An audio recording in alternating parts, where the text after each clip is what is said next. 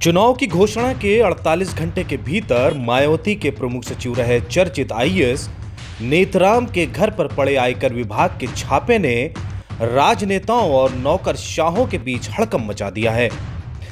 राजनीतिक गलियारों में यह चर्चा आम हो गई है कि इन दुलारे अफसरों के जरिए माया और अखिलेश को घेरने की रणनीति पर काम किया जा रहा है।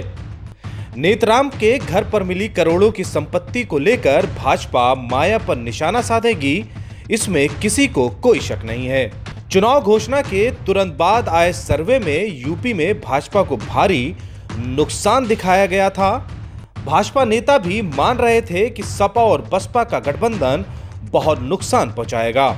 इस गठबंधन से निपटने का एक ही तरीका है कि या तो राष्ट्रवाद के नाम पर जातियों की गोलबंदी खत्म कर दी जाए, अन्यथा जनता में संदेश दिया जाए कि ये दोनों नेता दौलत कमाने में बहुत आगे हैं।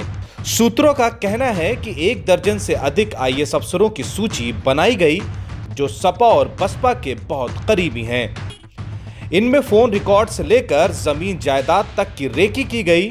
इसके बाद ही तय हुआ कि चुनाव से कुछ समय पहले ही इनके यहां छापेमारी की जाए। इसी क्रम में पहले चंद्रकला की घेराबंदी की गई।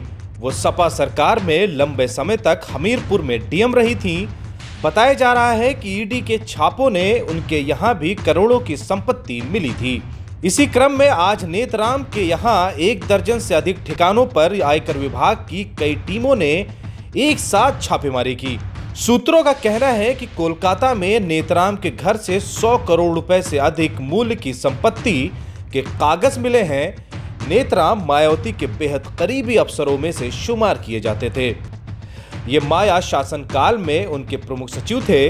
जाहिर है उस समय सैकड़ों करोड़ों के निर्माण कार्यों के टेंडर से लेकर शराब नीति तक का फैसला नेतराम लिया करते थे। अब रणनीति नेतराम के जरिए माया को घेरने की है।